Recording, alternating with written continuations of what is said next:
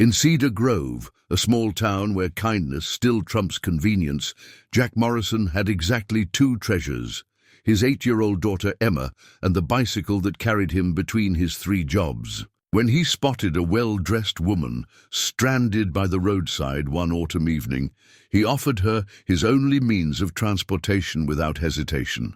What Jack couldn't know was that Alexandra Kent, worth billions, had escaped to Cedar Grove, searching for something her family's empire had never managed to acquire: authenticity. In his simple act of kindness, she found it. Before we jump back in, tell us where you're tuning in from. And if this story touches you, make sure you're subscribed, because tomorrow I've saved something extra special for you. The alarm buzzed at 4:30 a.m., and Jack Morrison's hand found it before the sound could wake Emma. In the pre-dawn darkness of their small 2-bedroom apartment, he moved with the practiced precision of a man who had long ago memorized which floorboards creaked. The coffee maker's gentle gurgle filled the kitchen as he cradled Emma's latest creation, a misshapen ceramic mug with "World's Best Dad" painted in wobbly letters, a treasure from last month's art class. 5 years of single parenthood had taught Jack the choreography of efficient mornings. Lunch packed, peanut butter and banana sandwich, apple slices, and if the grocery budget allowed, a small treat. Clothes laid out. Emma's favorite purple sweater needed mending, but that would have to wait until Sunday. And backpack checked, homework complete, permission slip signed. Each task a testament to love, measured in minutes and routine. In the bathroom mirror, Jack straightened his collar, janitor's uniform for the morning shift at Cedar Grove Elementary, where Emma would start her school day. By lunch, he'd switch to his hardware store apron, and evenings meant delivering pizzas until 9. The mirror reflected a man younger than his 34 years would suggest, though fragments of grey had begun to appear at his temples. His mother used to say worry aged a person faster than time, but Jack preferred to think of each silver strand as earned wisdom. Emma's door creaked open at 6:15, right on schedule. "Daddy!" she called out, voice still thick with sleep. Like every morning, Jack's heart squeezed at how much she sounded like Sarah in those first moments of waking. "In the kitchen, sunshine," he answered, already pouring milk over her cereal. Emma padded in, brown curls wild from sleep, clutching Mr. Whiskers, the one-eyed stuffed cat that had been her constant companion since Sarah's passing. "You're wearing your nice shirt," she observed, climbing onto her chair. At 8, Emma noticed everything, cataloguing the world with the meticulous attention of a scientist discovering a new species. Jack smiled, touching the collar of the blue button-down he'd found at the thrift store last week. "Parent-teacher conference this afternoon, remember? Mrs. Rodriguez wants to talk about your science project." Emma's face brightened. "Do you think she liked my hypothesis about plant growth with different types of music? Jazz made the beans grow tallest, just like I predicted." Of course she did. Who wouldn't be impressed by a scientist who plays Miles Davis to her bean sprouts? Jack ruffled her hair, heart swelling with pride. Emma had inherited her mother's curiosity about the world, always asking questions that made him wish he'd paid more attention in school. The morning routine continued its familiar dance. Teeth brushed, hair tamed, mostly, shoes tied. As Jack locked their apartment door, old Mrs. Chen from next door was already shuffling out to water her hallway plants. "Good morning, Morrisons," she called, beaming at Emma. "I made too many dumplings yesterday. Come by after school." This was their neighborhood's language of love. Casual offerings of food, casual denials of intention. Jack had learned to accept such kindnesses gracefully. Pride couldn't feed a growing child. "Thank you, Mrs. Chen. We'd like that." The September air held the first hint of autumn as they walked to where Jack's bicycle waited, secured with 2 locks to the rack outside. Their building. The bike, a 15-year-old Schwinn, had been Sarah's wedding gift to him, back when they were young and full of dreams about reducing their carbon footprint. Now it was his lifeline, carrying him between jobs, to grocery stores, to Emma's school events. "Can I ride on the handlebars today?" Emma asked, though she already knew the answer. Not since you turned 8, remember? You're getting too big for that now. Jack secured her backpack in the front basket. Another of Mrs. Chen's found items that had mysteriously appeared one day. But you can walk with me while I roll it. Tell me more about those jazz-loving beans of yours. As they made their way through awakening streets, Emma's voice painted the air with enthusiasm about photosynthesis and musical frequencies. Jack listened, offering questions at just the right moments, storing away each detail of her excitement like precious gems. These morning walks were their special time, when the world belonged only to them and anything seemed possible. At the school gates, Emma hugged him fiercely, another ritual unchanged by time. Love you, Daddy.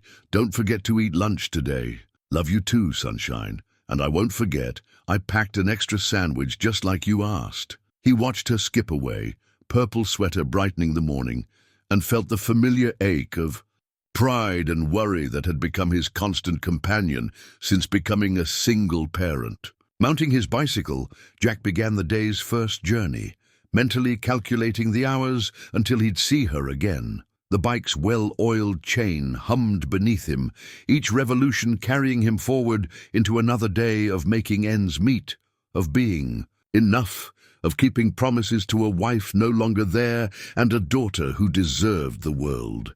Alexandra Kent stared at her reflection in the tinted windows of her family's Manhattan office building, barely recognizing the woman who stared back. The Wall Street Journal lay crumpled in her Heiress handbag, its headline still burning in her mind. Kent Industries' heiress set to take helm. Ruthless business acumen runs in the family. Ruthless. The word tasted bitter in her mouth. Yesterday's board meeting replayed in her thoughts. Her father's proud smile as she had presented the proposal to acquire and dismantle Stewart Manufacturing, a family-owned business in Vermont. "Excellent strategy, Alexandra," he'd said. "Their workers' pensions are a liability we can eliminate within the first quarter. 250 families would lose their livelihood." She had run the numbers perfectly, projected the profit margins flawlessly. It was exactly what she had been groomed for since childhood, the careful cultivation of an empire built on calculated decisions and strategic acquisitions. The taxi driver glanced at her in his rearview mirror. "Where to, miss?" Alexandra opened, her mouth to give her usual Upper East Side address, but something stopped her. Her fingers found the small brass key in her pocket, the key to her grandmother's old cottage in Cedar Grove, a property her father had been trying to convince her to sell for years. "Grand Central Station," she said instead. The decision crystallized with each passing block. Her phone buzzed incessantly, her assistant, the board members, her father, each message a link in the golden chains that had bound her for 32 years. She powered off the phone and dropped it into her bag. At the station, she purchased a ticket with cash, a first in her adult life. Her credit cards and official ID remained untouched in her wallet. The cottage had a small emergency fund in the safe, enough to last until she figured out her next move. She thought of her grandmother, the only person in the family who had ever questioned the Kent way of life. "There's more to legacy than stock portfolios, Alexandra," she used to say, serving tea in chipped porcelain cups instead of the family's fine china. The train to Cedar Grove felt like a portal to another world. Designer heels clicked against worn carpet as she found her seat, ignoring the curious glances from other passengers. A young mother struggled past with a toddler and groceries. Alexandra surprised herself by standing to help her stow her bags. "Thank you," the woman said, genuine warmth in her smile. "That's so kind of you." Kind. When was the last time someone had used that word to describe her? The Kent family valued many qualities: excellence, ambition, shrewdness, but kindness had never made the list. As Manhattan's skyline receded, Alexandra felt years of carefully constructed persona beginning to crack. She thought of the meeting scheduled for Monday, where she was supposed to finalize the Stewart Manufacturing acquisition.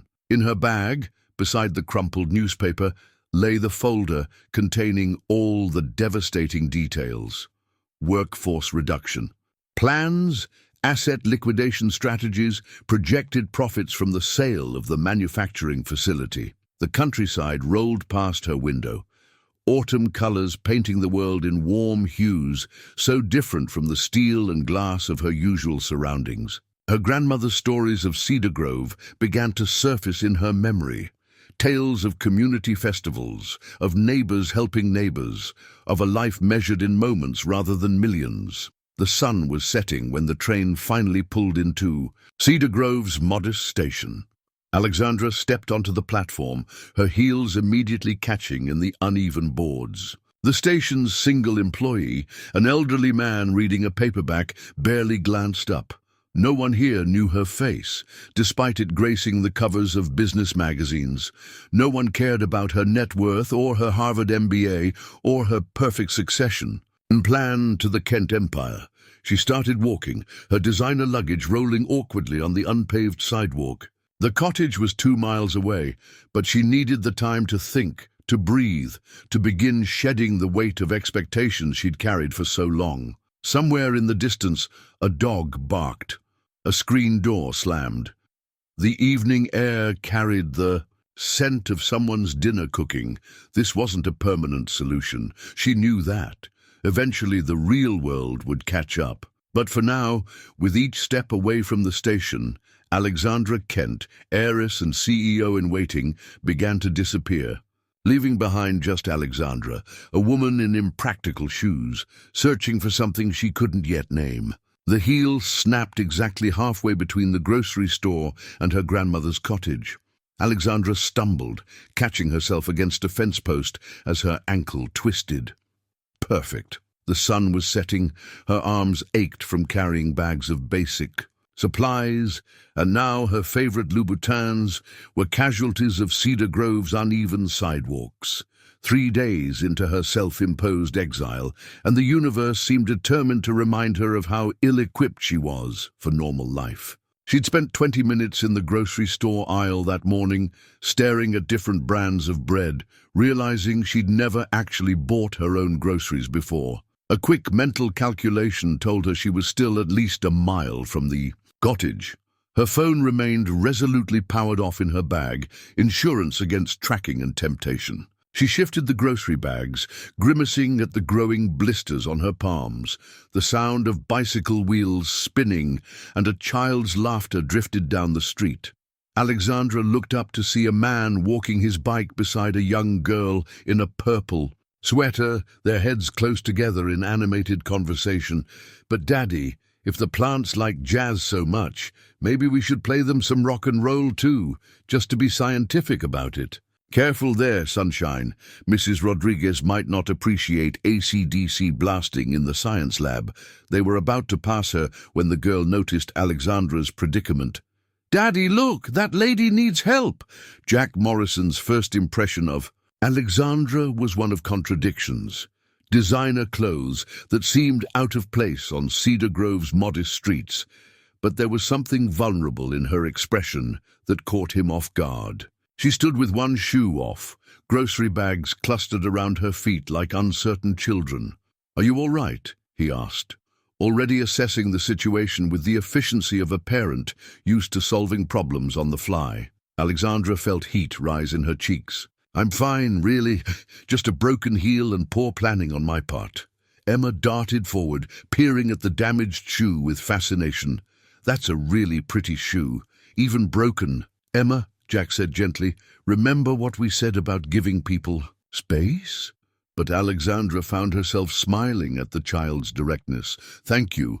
They were pretty, but maybe not the most practical choice for walking." Jack glanced at the grocery bags, then at the setting sun, then back to Alexandra. Years of juggling work and parenthood had taught him to make quick decisions. "Look, I've got my bike here. It's not fancy, but it'll get you where you need to. Go. Emma and I are headed home anyway, just a couple blocks away." Alexandra blinked, surprised by the offer. "Oh, I couldn't possibly. The basket's perfect for groceries," Emma chimed in, already moving to demonstrate. "Daddy says it's magic because it always has room for one more thing." Before Alexandra could protest further, Jack was helping Emma Transfer the grocery bags to the bicycle's basket. The easy efficiency of their teamwork made something twist in Alexandra's chest. When was the last time someone had helped her without an agenda? I really can't accept. She tried again. Sure. You can, Jack said, his tone warm but leaving no room for argument. Just bring it back when you're done. We're at Cedar View Apartments, number 4B. I'm Jack Morrison, and this is my daughter Emma, future scientist and current expert on jazz-loving plants. Emma beamed at the introduction. The beans grew this tall. She stretched her arms wide, making Alexandra laugh despite herself. Alexandra, she offered, carefully omitting her surname. I'm staying at my grandmother's old cottage on Maple Street. The words felt strange.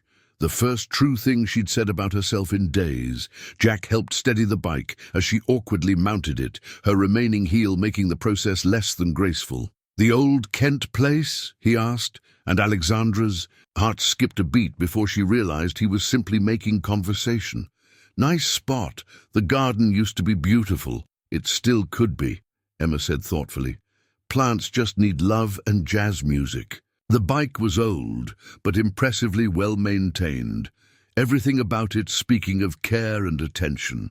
Alexandra felt the weight of trust in this small act of kindness. A stranger lending his obvious lifeline to another stranger. I'll bring it back first thing tomorrow, she promised, meaning it more than any of the corporate pledges she'd made in boardrooms. No rush, Jack said, taking Emma's hand. We've got a standing breakfast date with Mrs. Chen's dumplings tomorrow morning anyway. As Alexandra pedaled away, she heard Emma's voice carried on the evening air. Daddy, she looked kind of sad. Like, that plant in my room before we figured out it needed more sunlight. The simple observation nearly made Alexandra lose her balance. Trust a child to see right through carefully constructed facades. The rest of the journey passed in a blur of sensations. The cooling evening air on her face, the gentle squeak of the well-oiled chain, the way the bike seemed to know the route better than she did. By the time she reached her grandmother's cottage, the sky had deepened to purple, and Alexandra had experienced something she hadn't felt in years, the simple pleasure of being helped without being judged. Inside the cottage, she unpacked her groceries with unusual care, each item finding its place in the modest kitchen. The broken heel lay abandoned by the door, no longer seeming like the crisis it had felt like an hour ago. Through the window, she could see the overgrown garden Jack had mentioned. Her grandmother had loved that garden, spending hours tending to plants that bloomed simply because they were loved, not because they increased property value. Tomorrow, she decided, she would return the bike and properly thank the Morrisons for their kindness. Maybe she'd ask Emma about her plant experiments. Maybe she'd even take a look at that garden. For the first time since arriving in Cedar Grove, Alexandra felt something shift inside her, like a tightly wound spring finally allowed to relax, just a fraction, in the growing darkness of her grandmother's cottage. Surrounded by memories of a simpler life, she realized that sometimes the biggest changes start with the smallest acts of kindness. Even something as simple as lending a bicycle to a stranger. Dawn painted Cedar Grove in shades of possibility. Alexandra stood in her grandmother's kitchen, watching the sunrise through unwashed windows, a chipped mug of coffee warming her hands. The bike waited by the door, ready to be returned. She'd spent half the night thinking about what came next, weighing options with the same analytical precision she'd once applied to corporate acquisitions. The cottage's landline rang, startling her. Only her father had this number. 5 rings, then silence. The answering machine clicked on, her grandmother's voice preserved in time. You've reached Margaret Kent's home. Leave a message if you'd like. Or better yet, come by for tea instead. No. Message followed.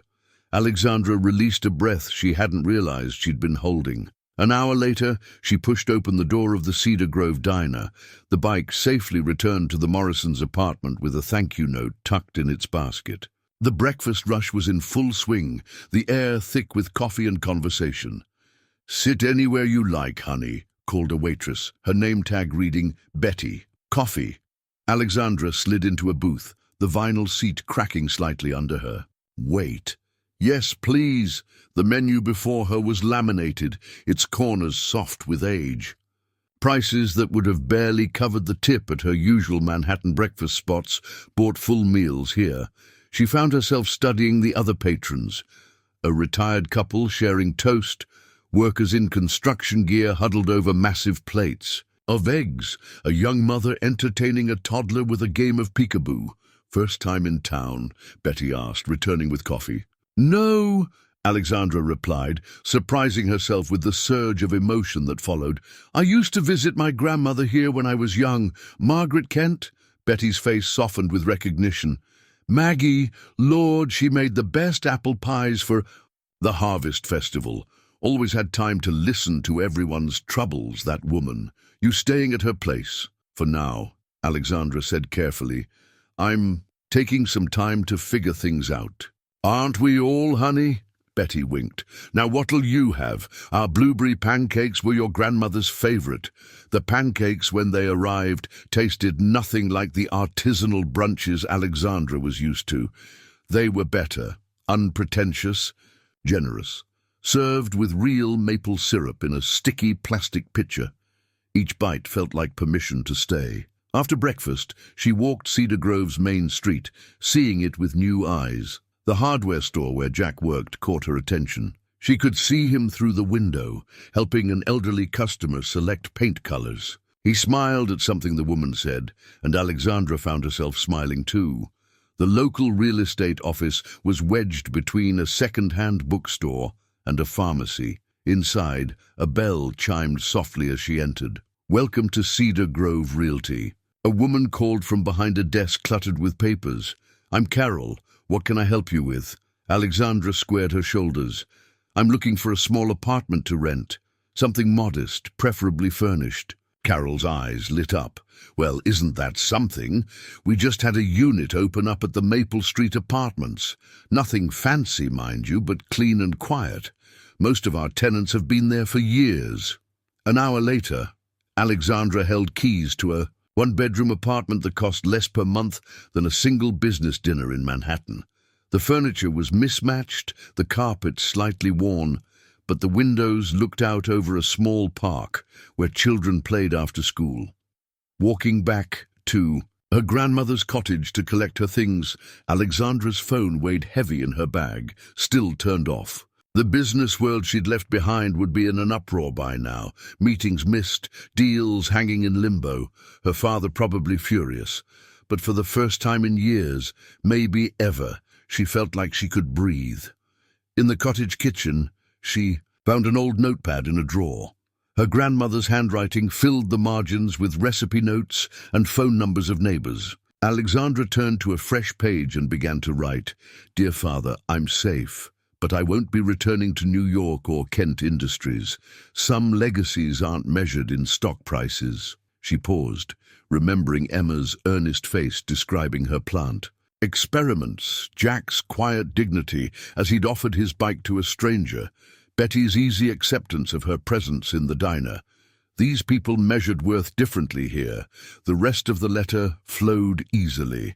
No apologies, no detailed explanations. Just the truth, that she needed time, space, and a chance to discover who she might be outside the Kent Empire.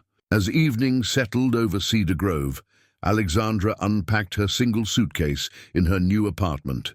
From her window, she could see the lights coming on in surrounding homes, including the Cedar View apartments where the Morrisons lived. Somewhere in the distance, a dog barked. A screen door slammed. The ordinary symphony of a small town settling into night. She'd chosen the simplest dinner from her grandmother's recipe box. Tomato soup and grilled cheese. As she stirred the soup, Alexandra realized she was humming, something she hadn't done since childhood. Outside her window, real life was happening, unpolished and authentic. For the first time in her adult life, she wanted to be part of it. The science fair project table wobbled dangerously, and Alexandra found herself lunging forward to steady it before Emma's carefully arranged display could topple. The school gymnasium hummed with the energy of dozens of young scientists, proudly showing off their experiments. "Careful there," Jack said, appearing beside her with a roll of duct tape. "This table's been threatening to collapse since I started working here. Hold it steady." They worked together to stabilize the leg, Alexandra holding it in place while Jack applied his fix. She'd been in Cedar Grove for 3 weeks now, and somehow found herself volunteering at the elementary school science fair. The familiar scent of floor cleaner reminded her that this was where Jack spent his early mornings, keeping the building clean and safe for children like Emma. "There," Emma declared, adjusting her poster board one final time. "What do you think?" The display was a riot of color, documenting her experiments with music and plant growth. Photographs showed bean sprouts at various stages, each labeled with the type of music they'd been exposed to. Emma had even included pressed leaves and hand-drawn graphs. "It's wonderful," Alexandra said, meaning it. "You've documented everything so carefully." "The scientific method would be proud." Emma beamed, then frowned slightly. "I wish Mom could see it. She loved science too."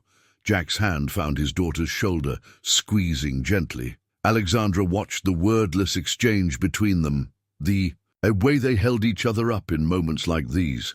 "She'd be amazed by your research," Jack said softly, "especially that conclusion about Mozart versus Miles Davis." Emma brightened. "Jazz won by 2 whole centimeters. Alexandra, did you know my mom was a biology teacher? She used to say that science is just another way of loving the world by trying to understand it." "That's beautiful," Alexandra said, her throat tight.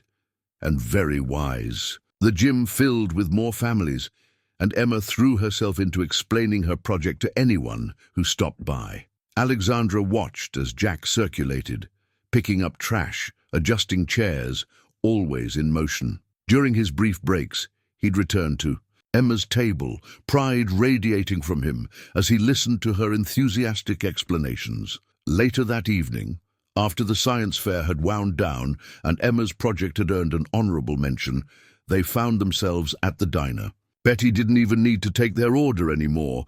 Grilled cheese and tomato soup for Alexandra, chocolate chip pancakes for Emma, and a turkey club for Jack.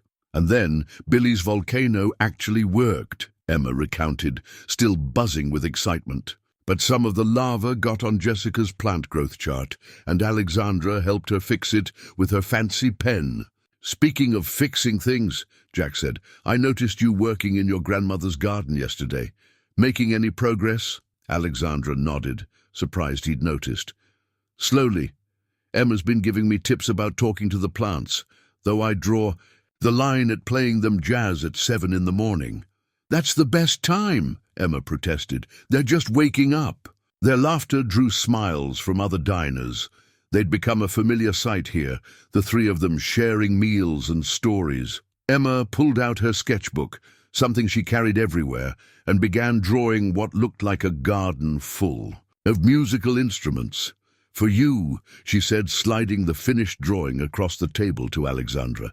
"It's your garden, but with everything it needs to grow happy." Alexandra studied the picture. Flowers blooming from trumpet bells, vegetables growing along piano keys, and 3 stick figures tending to it all. Her heart caught at the implications of that third figure, at how easily Emma had included her in their world. Jack looked over her shoulder at the drawing.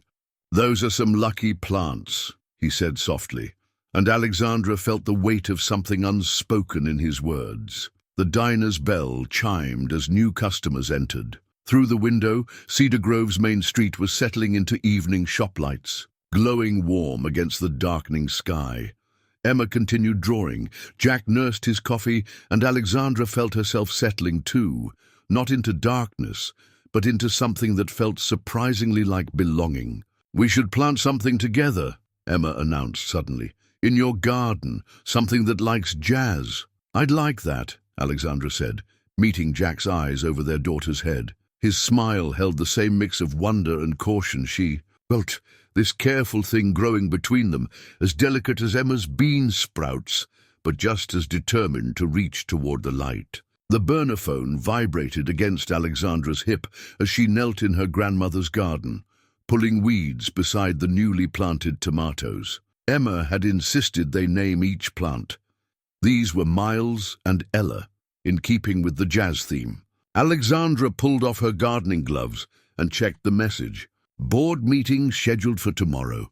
Your absence is becoming problematic. Father insists on your return. Charles. Her brother's message joined dozens of others on the prepaid phone she'd purchased solely for family emergencies. The other phone, a real one, remained powered off in her apartment, a black mirror holding reflections of her other life. Across the street, Mrs. Peterson was hanging laundry, pausing to wave. Alexandra waved back, dirt still under her fingernails. She'd learned more about real life in 6 weeks in Cedar Grove than in 32 years of boardrooms and charity galas. The garden was coming back to life, much like its caretaker. Yesterday, Jack had stopped by with Emma after school, bringing seedlings from the hardware store's garden center. Employee discount, he'd said with a wink, though Alexandra suspected he'd paid full price. She checked her watch, nearly time for her shift at the library. Another part of her new life that would have seemed incomprehensible mere months ago.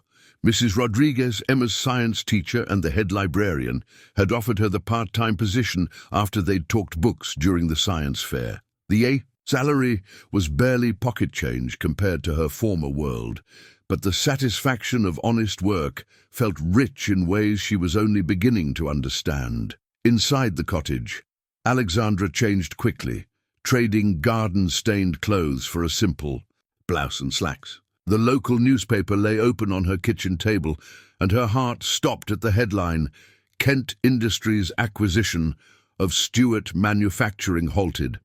CEO cites family emergency. The accompanying photo showed her father leaving their Manhattan offices looking stern. The article mentioned unnamed sources, suggesting the absent heiress's role in the delayed deal. Alexandra's hands shook as she folded the paper, hiding it under a stack of cooking magazines. The walk to the library took her past the hardware store. Through the window, she could see Jack helping a customer, his genuine smile a stark contrast to the practiced expressions she remembered from corporate negotiations. He caught her eye and waved, and something in her chest tightened. Last night at the diner, their hands had brushed while reaching for the sugar dispenser. The moment had lingered, electric and uncertain, before Emma's excited chatter about her. Upcoming book report had broken the spell. The library was quiet when she arrived, just a few regular patrons browsing the stacks. Mrs. Rodriguez looked up from her desk. Alexandra, perfect timing. Could you help Mr. Jenkins with the computer? He's trying to video chat with his grandchildren again. As she helped the elderly man navigate Skype, Alexandra caught a glimpse of her reflection in the computer screen. She looked different now, softer somehow, less polished but more real. The designer clothes hung untouched in her closet, replaced by items from the local department store. Her hands bore calluses from gardening, and her skin had a healthy glow from actual time outdoors. "You remind me of someone," Mr. Jenkins said suddenly, squinting at her. "Was your picture in the paper recently?" Alexandra's heart raced. "I don't think so. I'm not very photogenic." The lie tasted bitter. "Let's get that camera angle adjusted for you." The afternoon passed in a blur of returned books and quiet conversations. At closing time, she heard familiar footsteps in the hall, Emma's skip and Jack's steady stride. They often walked her home on library evenings, a routine that had developed so naturally she couldn't remember when it started. "Alexandra!" Emma bounded in, waving a paper. "I got an A on my book report.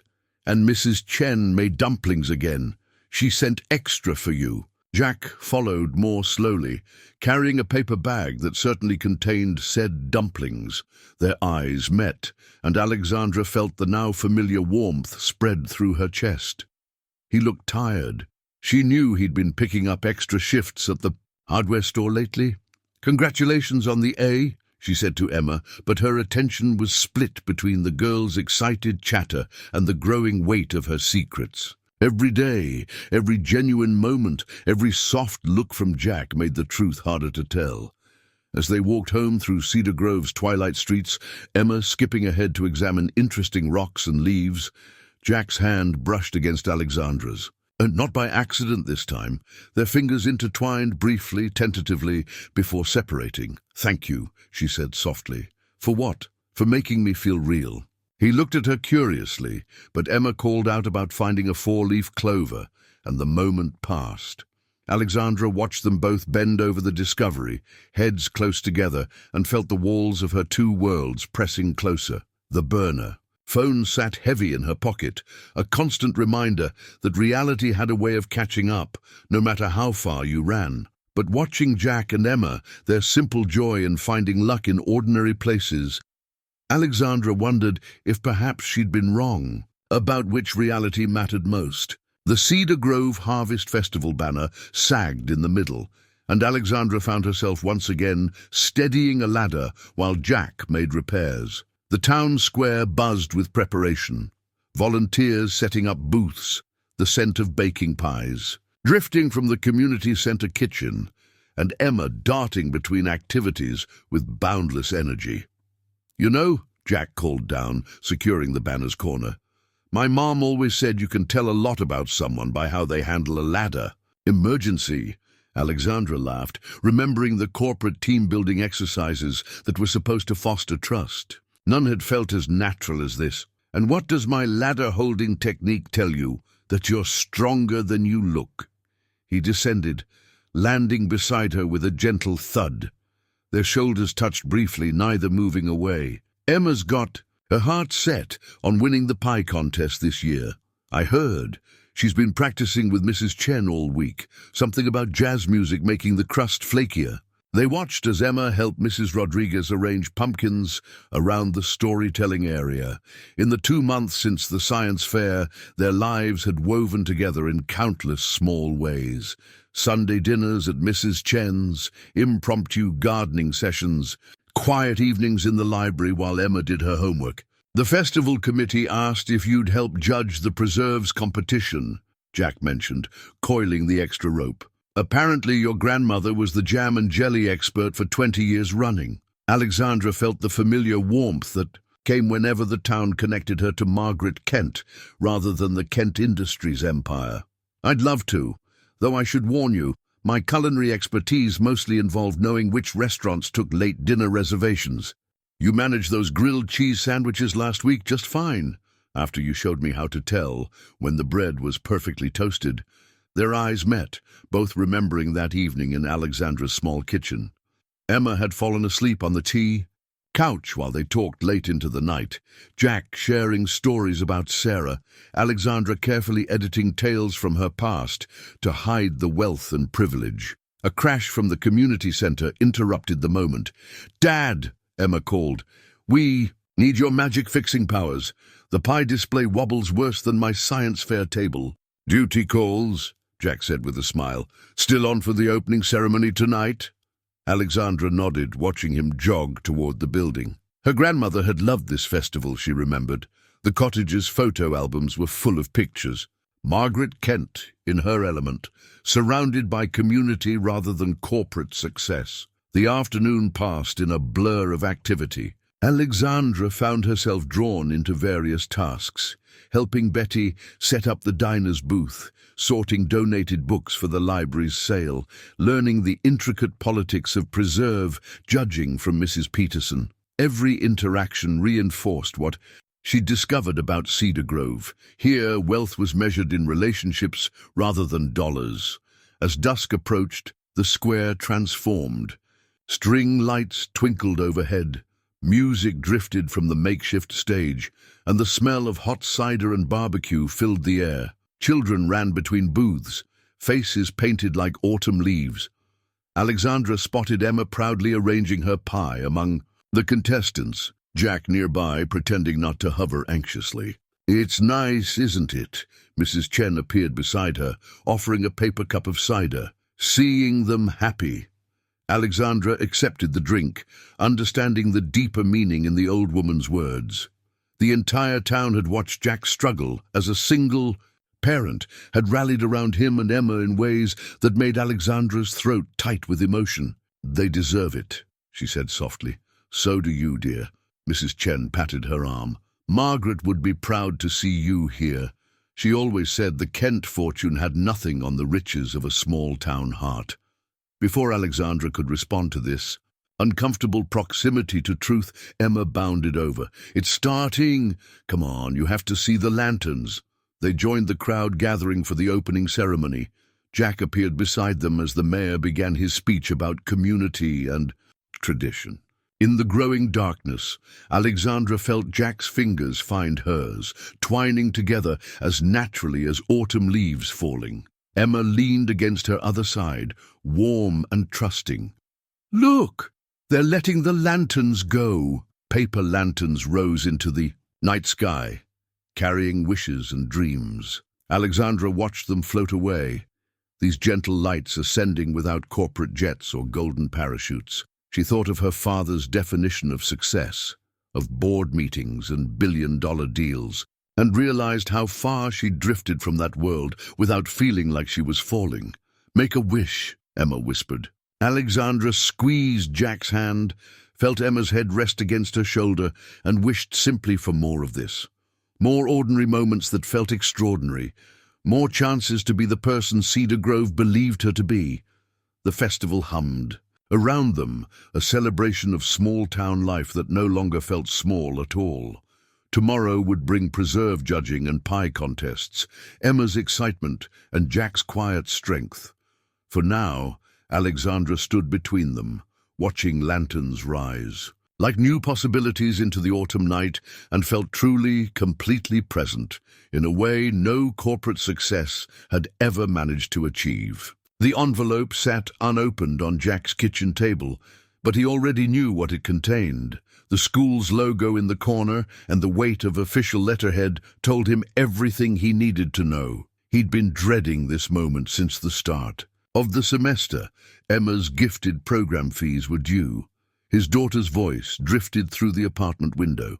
She was outside with Alexandra, explaining the importance of proper mulching techniques to their newly planted autumn flowers. The sound of their laughter twisted something in his chest. Jack opened the envelope carefully, though there was nothing careful about the numbers inside. $3,000 for the enrichment program, another $1,000 for the required technology. Fee, all due within 2 weeks. The letter was sympathetic but firm. They'd already extended one deadline in recognition of Emma's exceptional performance and his circumstances. He spread his finances on the table like a general planning an impossible campaign. The hardware store had cut hours recently, big box competition at the edge of town. Pizza delivery was steady, but tips were down as winter approached. The school janitor position was reliable, but hadn't seen a raise in 3 years. The college fund Sarah had started for Emma was off limits. He'd promised her he'd keep that sacred. Their small emergency fund had been depleted by last month's car repairs. He was still paying off Emma's dental work from the summer. Dad! Emma burst through the door, cheeks flushed with autumn air. Alexandra showed me how to tell when the soil is happy just by smelling it. Can we get some of those purple flowers for our window box too? Jack quickly gathered the papers, but not before Alexandra, following Emma inside, caught sight of the school's logo. Her expression shifted subtly.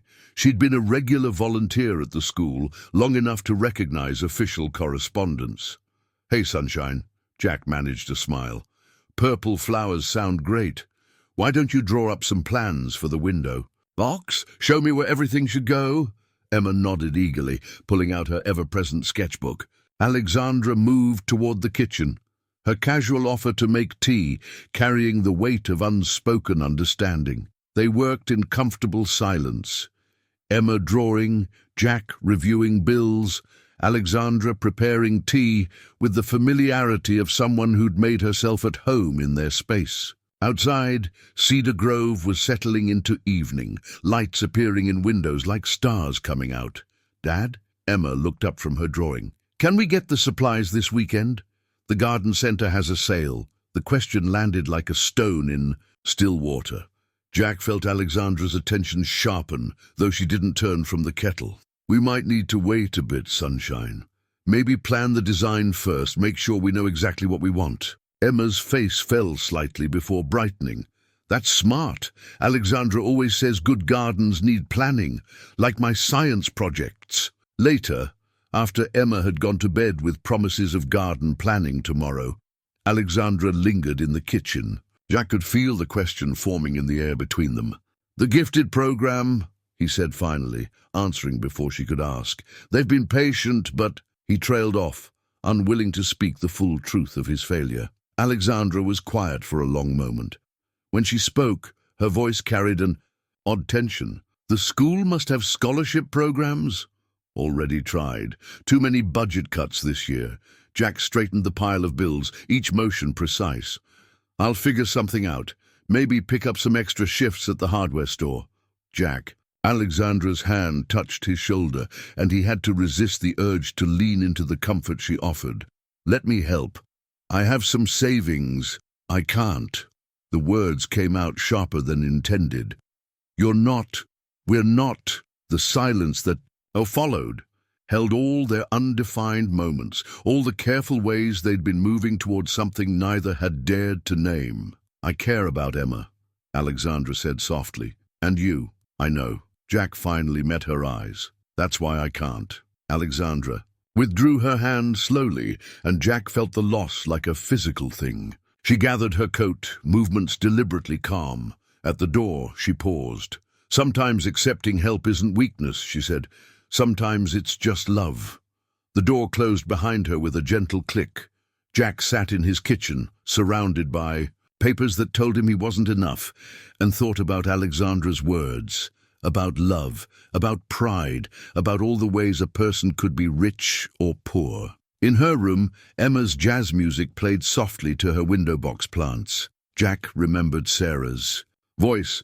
"Our daughter will have every chance we can give her." He looked at the school letter again, the numbers unchanging in their finality. Somewhere in the back of his mind, he heard the whisper of all the things Alexandra wasn't telling him, all the mysteries that surrounded her arrival in Cedar Grove. But louder than that was Emma's laughter, the sound of his daughter blooming under the attention of two people who loved her in different but equally fierce ways. The tea Alexandra had made was still warm. Jack drank it slowly, tasting all the complicated flavors of pride and need, of independence and connection, of the choice between keeping walls up and letting love in. Alexandra sat in her grandmother's study, surrounded by old photographs and financial documents. The community fund letterhead stared back at her. Cedar Grove Educational Support Initiative. Margaret Kent had been its founder 30 years ago, though few current residents connected that fact to Alexandra's presence in town. Her grandmother's diary lay open beside her, entries spanning decades of quiet philanthropy. Margaret had understood something Alexandra was only now beginning to grasp: how to help people while preserving their dignity. The burner phone buzzed. Another message from Charles. "Father's patience wearing thin. The Stewart manufacturing deal is falling apart. Come home." Home. Alexandra looked around the study, at the wall where Emma's garden drawings now hung alongside her grandmother's pressed flowers. When had Cedar Grove become more home than Manhattan? The community fund's application process was simple, designed to help without humiliating. Alexandra had spent the morning creating a paper trail that would make the grant to Emma appear both logical and legitimate. Mrs. Rodriguez had unknowingly helped, her glowing reports of Emma's academic performance providing perfect justification for emergency educational support. "It's not lying," Alexandra told her grandmother's photograph. "It's just redistributing blessings." The Margaret in the photo seemed to smile knowingly, as if she'd done similar mathematical gymnastics in her time. The walk to the community center took her past the hardware store. Jack was working later now, the circles under his eyes darker each day. He didn't see her pass, focused on helping a customer, but Alexandra paused to watch him. Even exhausted, he carried himself with a quiet grace that made her chest ache. Betty caught her staring through the window. "That man works too hard," the waitress said, pausing with her grocery bags. "Proud as they come, though, like his father was." Tell me about his father? Alexandra fell into step beside her. Every piece of Jack's history felt precious. Town, handyman, raised Jack alone after his mama passed, taught him everything about fixing things, except maybe how to fix his own tendency to carry the world on his shoulders. Betty shook her head fondly. The Morrisons have been helping this town run smooth for 3 generations, never asking a thing in return. The community center was quiet this morning. Alexandra found Carol, the fund's administrator, organizing grant applications. Alexandra, here to help sort applications? Carol brightened at her appearance. Since the Harvest Festival, Alexandra had been volunteering with various community organizations, learning the town's support systems from the inside. Actually, Alexandra placed the envelope on Carol's desk. I have one to add. For the emergency. Educational grant. Carol's eyes softened as she read. Emma Morrison. That man would work himself to bones before asking for help. She looked up sharply. Did Jack apply? Not exactly, but the need is documented, and Emma's qualifications are exceptional. Alexandra kept her voice steady.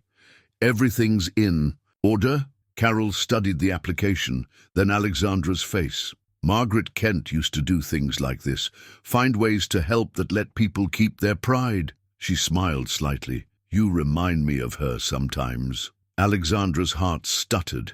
I've been reading about the fund's history, she said carefully. She was quite remarkable. She understood that sometimes love means finding bridges between pride and need. Carol stamped the application. The committee meets Thursday. I'll make sure this gets proper attention. Outside, autumn wind stirred fallen leaves along the sidewalk. Alexandra walked slowly, letting her feet carry her toward the library. Emma would be there after school, working on homework while waiting for Jack's hardware store shift to end. The pieces were in motion. The grant would appear as a natural result of Emma's academic excellence. Jack would still have to accept it, but facing a committee's recognition of his daughter's merit might be easier than facing charity from whatever she was to him. Emma's voice carried from the library's children's section, and then the rabbit. Realized that sometimes magic isn't about big spells, but about small kindnesses that change everything. Alexandra paused in the doorway, watching Emma read to younger children during story time. Her animated gestures, her careful way of showing each picture to her audience, her pure joy in sharing stories, all of it so precious, so worth protecting. She's a natural teacher. Mrs. Rodriguez appeared beside Alexandra. Like her mother was, Sarah would be so proud. Tell me about Sarah. The question slipped out before Alexandra could stop it. Mrs. Rodriguez's eyes grew distant with memory. She believed every child deserved a chance to love learning. Started our first science club here. She focused on Alexandra. You know, she met Jack right there, in that corner. He was fixing a broken shelf, and she was so impressed by how he explained the physics of it to her students. Love bloomed in ordinary moments, Alexandra realized. In broken shelves and story times, in shared dreams and quiet support, in finding ways to help that honored both the giving and receiving. The burner phone weighed heavy in her pocket, reminding her of other obligations, other dreams she'd once thought mattered. But watching Emma share her love of stories, knowing Jack would arrive soon with tired eyes and a proud smile, Alexandra knew she'd never felt richer than in these small moments of real connection. Now she just had to find a way to help them both believe that love was worth more than pride. The evening air carried the first real bite of winter as Alexandra and Jack walked home from Emma's school concert.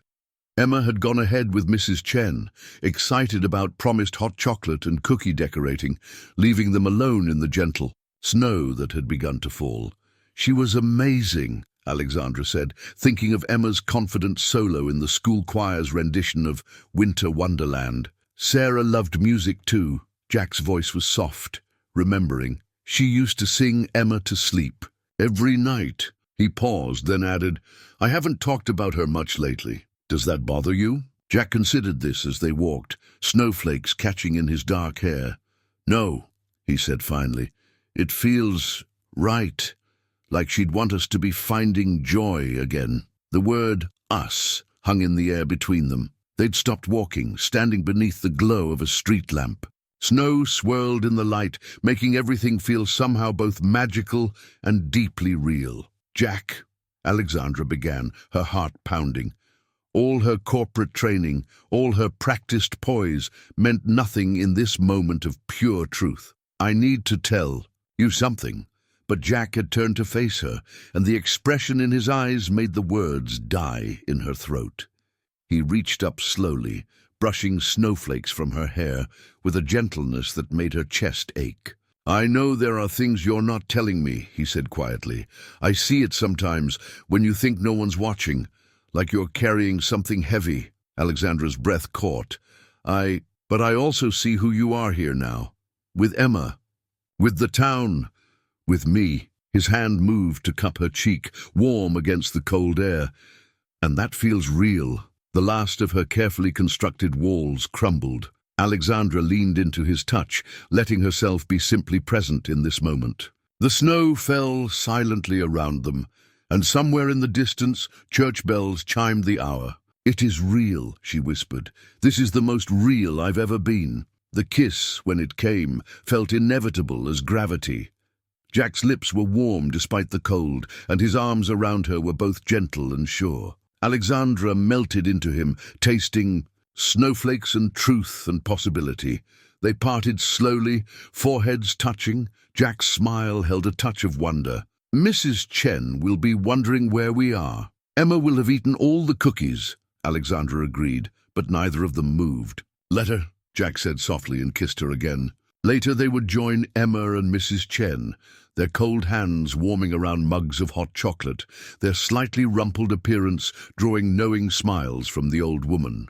Emma would chat excitedly about her performance, but her eyes would keep darting between them, noting their closer proximity, the way their hands found each other under the table. But for now, they stood in the falling snow, holding each other, both aware that something had shifted irrevocably. Alexandra knew her secret still lay between them, knew that truth would have to come soon, but in this moment, with snowflakes in her hair and Jack's heart beating steady against hers, she let herself believe that love might be stronger than fear, that truth told with love might be received with understanding. Jack's fingers laced with hers as they finally turned toward Mrs. Chen's apartment. "Ready?" Alexandra squeezed his hand, feeling the calluses that spoke of honest work and constant care. "Yes," she said, and meant it in ways that encompassed far more than their walk through the snow. The magazine arrived at Cedar Grove's public library on a Tuesday morning, shuffled between professional journals and the weekly newspapers. Mrs. Rodriguez almost missed it, until Emma's excited voice carried across the quiet space. "Look, it's Alexandra, but her hair looks different." Jack glanced up from the shelf he was repairing, just in time to see Mrs. Rodriguez quickly slide the business magazine under her desk. But Emma was faster, already pulling it out with childish enthusiasm. Kent Industries Dynasty, the mysterious disappearance of America's most powerful heiress. Emma read slowly, her finger tracing the words beneath a glossy photo of Alexandra. In corporate attire, hair elegantly styled, standing beside a distinguished older man. "Dad, why does Alexandra look so fancy? And why does it say her name is Alexandra Kent?" The screwdriver slipped from Jack's hand, clattering against the floor. The sound echoed through the suddenly silent library like a gunshot. Mrs. Rodriguez moved quickly, trying to distract Emma. "Sweetheart, why don't we go check on your science club project?" But Emma's world had already narrowed to the magazine in her hands, to the photograph that showed a version of Alexandra that seemed simultaneously familiar and completely foreign. "It says she's worth billions of dollars. Dad, is this why she's been helping with the community fund?" Jack stood slowly, his world tilting on its axis. Every unexplained detail, every careful omission in Alexandra's stories, every moment she'd held back, it all crystallized into a truth he should have seen. The library door chimed. Alexandra walked in, carrying her usual stack of returns. She froze at the tableau before her, Emma clutching the magazine, Mrs. Rodriguez's apologetic expression, and Jack's face, a study in dawning comprehension. "I can explain," she started, but the words sounded hollow even to her own ears. "Emma," Jack's voice was carefully controlled, "please go with Mrs. Rodriguez." "But Dad, now, sunshine." Emma reluctantly let Mrs. Rodriguez lead her away, looking back over her shoulder at the two people she'd grown to trust, now standing like strangers in the morning light. Jack picked up the magazine, studying the photo. "How much of it was real?" he asked quietly. "Everything that matters." Alexandra took a step forward, stopping when Jack flinched almost imperceptibly. "Everything with you and Emma, that's the most real thing in my life. The community fund grant for Emma's program, that was you. It's legitimate. Every qualification, every requirement, Emma earned it. I just made sure it was seen. Like you made sure the hardware store got that big supply contract last month? Like you mysteriously knew about the school's plan to cut the science club funding before anyone else." Each question landed like a physical blow. Alexandra watched as Jack pieced together 3 months of careful interventions, of help offered, through channels that wouldn't wound his pride. "I wanted to tell you," she whispered. "When?" Jack's voice cracked slightly. "After you'd fixed all our problems with your billions? After you'd decided we were charity cases worth saving? That's... My daughter loves you," he interrupted, the words carrying the weight of both accusation and plea. "She draws pictures of our future garden, plans science experiments to show you, talks about you like you're—" He stopped, running a hand over his face. "Do you know what it's going to do to her when you leave? When your real life calls you back to your empire?" "This is my real life." Alexandra stepped forward again, reaching for him. "Jack, please, what I found here, with you and Emma, it's everything I never knew I needed." But Jack was already backing away, the magazine still, clutched in his hand. "I need time," he said, "to think, to process this. Jack, just give me time." He walked out of the library, leaving Alexandra standing among the books that had been part of her cover story, part of the simple life she'd built. Through the window, she could see Emma in the children's section, clearly arguing with Mrs. Rodriguez about staying behind.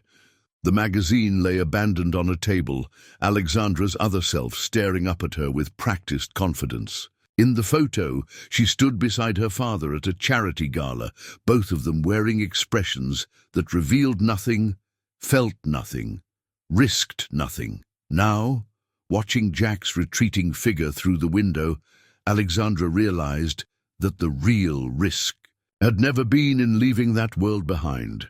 The real risk lay in loving people enough to let them decide if your truth was worth forgiveness. 3 days of silence felt like an eternity. Alexandra paced her grandmother's cottage, watching snow gather on the dormant garden where Emma's beloved jazz-loving plants lay waiting for spring. The business magazine had spawned dozens of local news alerts, each one spreading the story further. Kent Heiress found in small town. Billionaire's daughter living simple life. Corporate princess in hidden romance. The knock, when it finally came, was firm and familiar. Alexandra's hands shook as she opened the door to find Jack standing there, snow dusting his shoulders, holding her wallet. The real one, with her Kent Industries ID and platinum cards, which she'd kept hidden in her apartment. "Emma found this," he said quietly. "Under the sink when she was helping Mrs. Chen clean your apartment. She thought it was lost and wanted to surprise you by finding it." Alexandra's heart sank. "Is she?" "She's with Mrs. Rodriguez. We need to talk." She stepped back, letting him enter the cottage. Jack looked around, seeing it with new eyes, the antique furniture, the valuable paintings, the subtle signs of wealth she'd tried to downplay. "I found these too." He placed a stack of papers on the kitchen table. Community fund documents, hardware store contracts, school budget meetings. "You've been orchestrating everything, haven't you? Like some kind of fairy godmother with a corporate checkbook." "I wanted to help without..." "Without what?" without letting the poor handyman know he was dating a billionaire, without admitting you could solve every problem we have with your pocket change. The bitterness in his voice made her flinch. That's not fair. What I feel for you, for Emma, it has nothing to do with money, doesn't it? Jack ran a hand through his hair, frustration evident in every movement. You walked into our lives playing a part, simple Alexandra, finding herself in a small town, but you were watching us struggle, knowing you could fix everything with a single phone call. I was trying to protect your pride. My pride? Jackie laughed, a harsh sound. My pride isn't worth lying to my daughter. Do you know what she asked me yesterday? If you were pretending to love us as some kind of social experiment, if we were just your small-town adventure before you go back to your real life. The words hit Alexandra like physical blows. Emma thinks that? She's 8, and she just found out that someone she trusts has been lying to her. Jack's voice softened slightly. She's trying to make sense of it the only way she can. Alexandra sank into her grandmother's chair, the weight of consequences pressing down on her. I never meant to hurt her, or you. When I came here, I was running from a life that felt completely empty, and then I met you both, and everything changed. I found something real. Real. Jack picked up her wallet, opened it to display her Kent Industries ID. This is real. Alexandra Kent, heir to a fortune built on corporate takeovers and strategic acquisitions.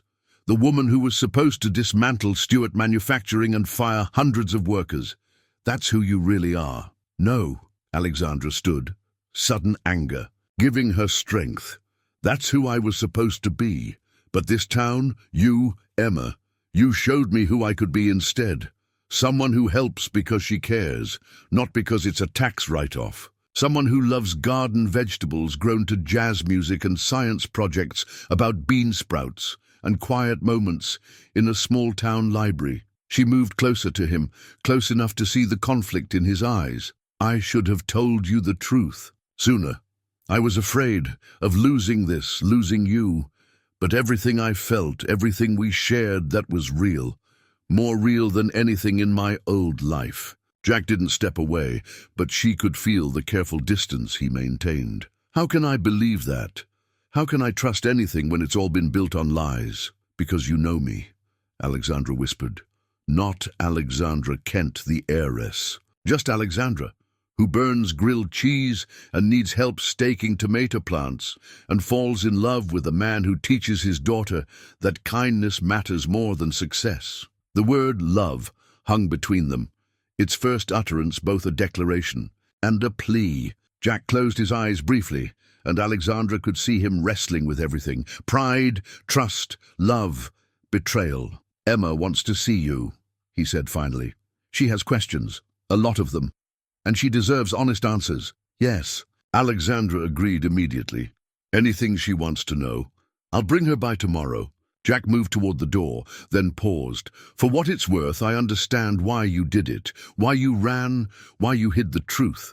But understanding isn't the same as trusting. I know. Alexandra watched him reach for the door handle. Jack, thank you for letting me explain to Emma. He nodded once, not quite meeting her eyes. She believes in second chances. Her mother taught her that. The door closed behind him with a quiet click, leaving Alexandra alone in her grandmother's cottage. Outside, snow continued to fall, covering Cedar Grove in a blank white sheet that promised the possibility of fresh starts. The text messages accumulated on Alexandra's phone like fallen leaves. Can't make it today. Emma's not feeling well. Maybe next week would be better. Sorry, we have other plans. Each one perfectly polite, perfectly distant, perfectly. Breaking her heart. Cedar Grove had changed overnight. Whispers followed her at the grocery store. Betty's welcoming smile at the diner held a hint of uncertainty. Even Mrs. Chen's usual warmth seemed tempered by confusion. The simple life she'd built was fracturing along fault lines of wealth and class that she'd tried so hard to ignore. She kept her routine, clinging to the fragments of the life she'd come to love. The library shifts felt longest, watching. Emma's empty chair in the children's section, seeing Jack's repairs around the building, everything a reminder of what she'd lost. "He's protecting his heart," Mrs. Rodriguez said one quiet afternoon, finding Alexandra staring at Emma's science fair photo on the bulletin board. "And hers." "I know," Alexandra touched the photo gently. "I would too, in his place. But I miss them. Both of them. All of it." She gestured vaguely at the library, the town beyond its windows. "I miss being just Alexandra." The older woman's eyes softened. "You were never just anything, dear. That was part of the problem." At home, Alexandra's grandmother's diary provided little comfort. The pages were filled with wisdom about building community, about using privilege to lift others up, but nothing about how to mend a heart broken by good intentions. The garden lay dormant under snow, Emma's careful labels still marking where. Spring would bring new growth, if it brought new growth, if she was still here to see it. Her father's messages grew more insistent. "The board requires resolution. Your responsibilities await. This experiment has gone on long enough." But it wasn't an experiment. That was what no one in her old life could understand. The Alexandra who had arrived in Cedar Grove no longer existed. The Alexandra who had fallen in love with a small town with quiet moments, with a man who fixed broken things and a little girl who played jazz to plants. She was the real one. The sound of children playing drew her to the window one afternoon. Emma was there with her friends, having a snowball fight in the park across from the cottage. Alexandra watched, heart aching, as Emma's laughter carried through the glass. Then Emma looked up, caught her watching. For a moment neither moved. Then Emma raised her hand in a small wave, tentative but real. Alexandra waved back, tears blurring her vision. Her phone buzzed, Jack's name appearing for the first time in days. "Emma wants to know if the plants still need jazz in winter." Alexandra's hands shook as she typed. "Plants always need music, even when they're sleeping." 3 dots appeared, disappeared, appeared again. Finally, she misses the garden. The garden misses her. Another long pause. "We can't just pretend nothing changed." "I know, but can we try to build something new, something honest this time?" The response took so long that Alexandra thought he wouldn't answer. When it came, it carried the weight of careful consideration.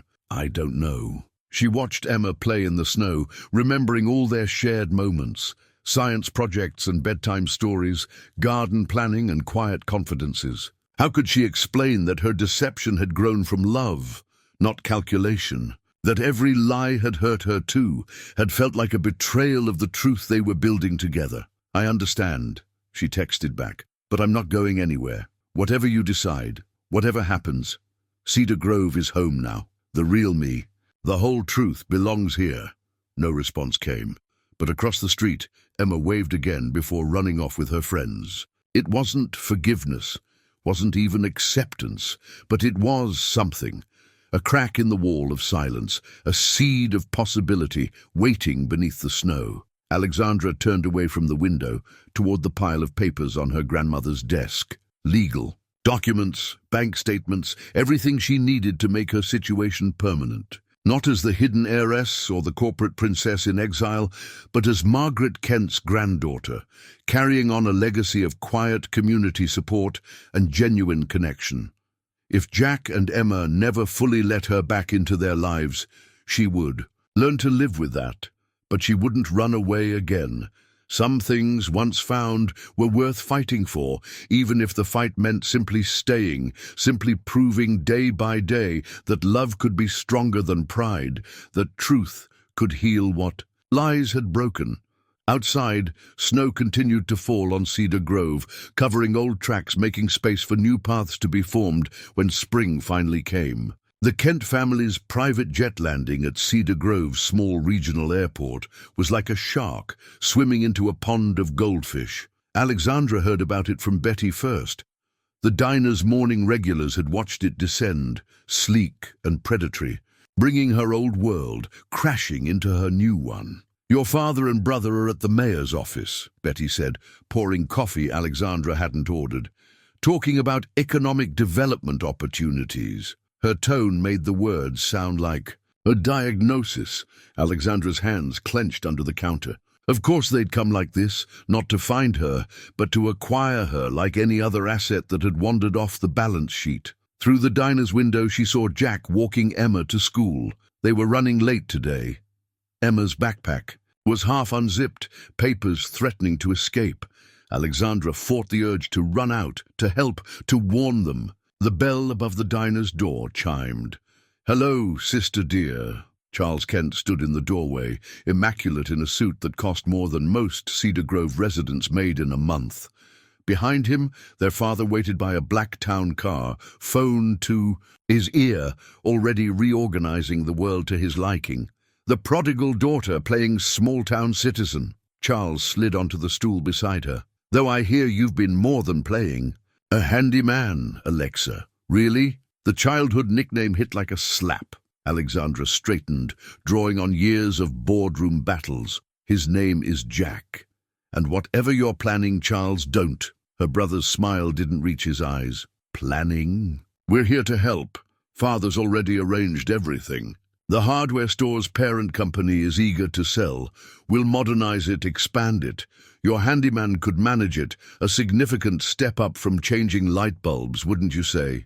Horror crawled up Alexandra's spine. They'd found her weak spot and planned to exploit it, just as they'd taught her to do in business. "Jack won't accept that." "Everyone accepts the right offer, sister. You taught me that, remember?" "Stewart Manufacturing." Alexandra stood, her coffee untouched. Through the window, she could see her father ending his call, straightening his tie with the gesture that always preceded closing a deal. "This isn't a corporate takeover, Charles. These are real people. This is my home." "Home?" Charles laughed. "This is a tantrum, Alexa, an extended holiday from responsibility. It's time to come back to reality." Reality. As if the past months of genuine connection, of love given and received freely, were somehow less real than spreadsheets and profit margins. "Tell father I'll meet him at grandmother's cottage in an hour," Alexandra said, already moving toward the door. "And Charles, if you go near Jack or Emma, if you try to manipulate their lives, I'll give every share I own to the Stewart Manufacturing Employees Union." She left him sputtering, hurrying toward the school. She had to warn Jack, had to make him understand that whatever her family offered would come with strings that could strangle everything good in Cedar Grove. But the schoolyard was empty now, the morning bell already rung. Through the window, she could see Emma in her classroom, head bent over her work. Jack would be in the basement, checking the heating system that had been troublesome all winter. A text would have to do, "My family's in town.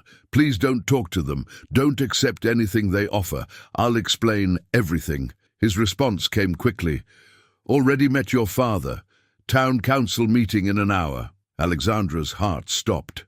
Then she was running, her impractical shoes clicking on sidewalks that had taken her from corporate princess to someone real, someone worthy of love. She had an hour to save her home from the very lessons she'd spent a lifetime learning to implement. Behind her, her father's town car pulled away from the diner, heading towards City Hall. The game was on, and Alexandra finally understood what her grandmother had been trying to teach her all along. Sometimes the most important business decisions had nothing to do with business at all. The town council chamber was packed. Alexandra slipped in just as her father was beginning his presentation, taking a seat at the back. She could see Jack in the front row, his expression carefully neutral as Richard Kent outlined his vision. Her Cedar Grove's economic revitalization. "The hardware store is just the beginning," her father was saying, his commanding presence filling the small room. "Kent Industries sees tremendous potential in Cedar Grove. We're prepared to invest significantly in modernizing the downtown area, bringing in new businesses, creating opportunities." Alexandra watched the council members' faces, saw the mixture of hope and wariness she remembered from countless corporate acquisitions. Her father had always been good at making the dissolution of communities sound like progress. "Of course, we'll need local talent to manage these developments," Richard continued. his gaze falling deliberately on Jack. People who understand. The community who have proven their worth through years of dedicated service. Jack's shoulders stiffened slightly. Alexandra could almost hear his thoughts, could see him weighing opportunity against integrity. She thought of Emma's school fees, of his endless extra shifts, of all the ways poverty could wear down even the strongest principles. "I have some questions," Jack's voice cut through her thoughts. He stood, and Alexandra's heart squeezed at the quiet dignity in his bearing. "About Stewart Manufacturing." The room went silent. Richard Kent's practiced smile flickered briefly. "That situation is still under review," Charles interjected smoothly from beside their father. "But we're here to talk about Cedar Grove's future." "Stewart Manufacturing was a family business in a small town like this one," Jack continued, as if Charles hadn't spoken. "They had a hardware store, too, and a community that depended on them, until Kent Industries decided they were worth more broken apart than whole." Alexandra stood before she could stop herself. All eyes turned to her, including her father's. Sharp gaze. "He's right," she said, her voice carrying in the stunned silence. "And that's exactly what will happen here. I should know. I wrote the original strategy for dismantling community businesses like these. Make them an offer they can't refuse. Promise opportunities, then strip them down to assets and profit margins." "Alexandra," her father's voice held a warning. "You're emotionally compromised." "No, father. For the first time in my life, I'm seeing clearly." She moved to the front of the room, taking her place beside Jack. "Cedar Grove isn't an investment opportunity. It's a home. These aren't assets to be managed. They're people who manage to keep hope and kindness alive in a world that tries to price everything." "This is precisely why we were concerned about your extended absence," Charles said. "You've lost perspective." "Have I?" Alexandra turned to face the council. "Ask them about their plans for the elementary school, about what happens to local suppliers when their efficiency metrics kick in, about how many family businesses in Stewart Manufacturing's town are still open." She felt Jack's presence beside her, solid and real. "I came here running from who I was supposed to be, but Cedar Grove, these people, they showed me who I could be instead. Someone who measures worth in more than dollars. Someone who understands that some things aren't for sale. Everything has a price," her father said quietly. "No," Jack spoke up. "It doesn't. My father taught me that. This town taught me that. And somewhere along the way, your daughter learned it too." The council chamber erupted in murmurs. Alexandra watched her father's face as he realized he was losing control of the narrative. Charles was already on his phone, probably calling. "In corporate reinforcements. I'm withdrawing from Kent Industries," Alexandra announced. "My shares, my position, my inheritance, I'm signing it all over to the Stewart Manufacturing Employees Fund. Let them rebuild what our family tried to destroy." "You can't be serious," Charles sputtered. "Watch me." She turned to Jack, finding strength in his steady gaze. "I choose this, not as Alexandra Kent, but as the person I've become here. The person who loves garden vegetables and jazz music and small-town librarians who remember everyone's favorite books. The person who finally understands what real wealth looks like." Jack's hand found hers, squeezing gently. Behind them, Betty's voice rang out. "Well, I say we put it to a vote. Who here wants Cedar Grove to stay Cedar Grove?" Hands rose across the chamber. Alexandra watched her father's face as he saw his carefully laid plans crumble in the face of something he'd never fully understood, the strength of a community that valued people over profits. "This isn't over," Charles warned. "Yes," Alexandra smiled, feeling truly free for the first time in her life. "It is. Cedar Grove isn't for sale, and neither am I." The Kent family's private jet departed Cedar Grove the same way it had arrived, like an alien object that had briefly invaded a different world. Alexandra watched it disappear into the winter sky from her grandmother's garden, where Emma was, carefully checking on their dormant plants. "Do you think the jazz helped them stay warm?" Emma asked, gently touching a snow-covered marker.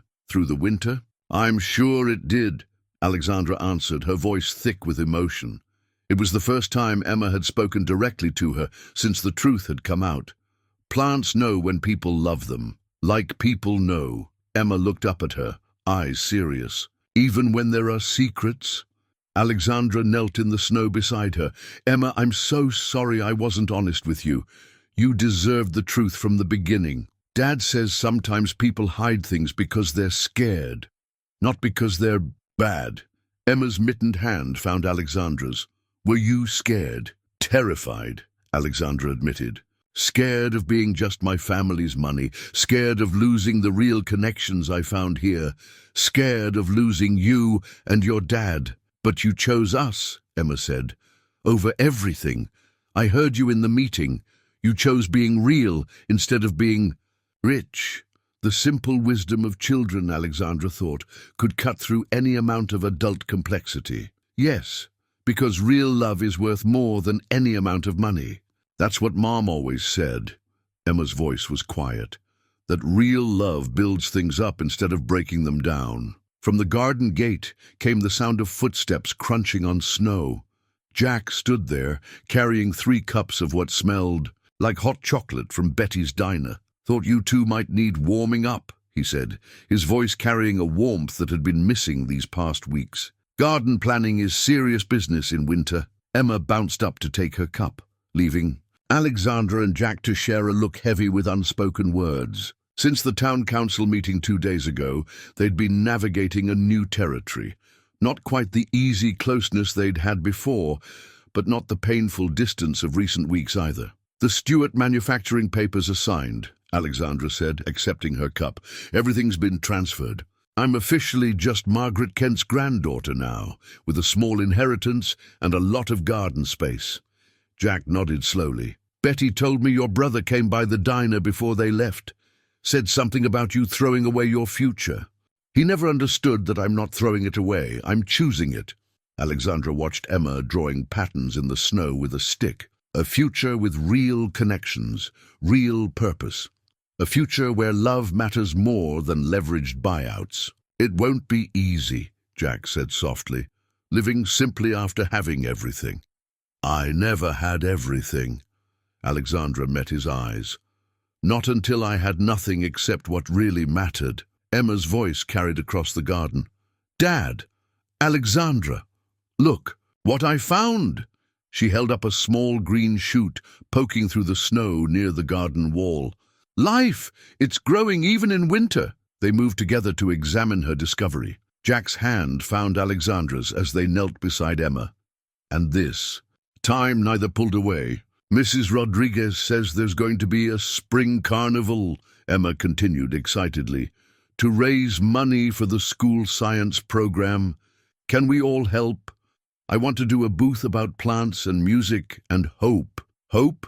Alexandra asked. Yeah, about how things can grow, even when it seems too cold or hard. Like love does. Jack's hand tightened on Alexandra's. Above them, the winter sun broke through the clouds, casting long shadows across the snow-covered garden where, against all odds, new life was pushing through. Speaking of the science program, Jack said carefully, the community fund grant came through, the full amount. Alexandra held her breath, but Jack wasn't finished. Thank you, he said, not for the money, for believing in Emma's potential, enough to make sure others saw it too, for loving us enough to risk everything. Even when I did it wrong? Alexandra asked.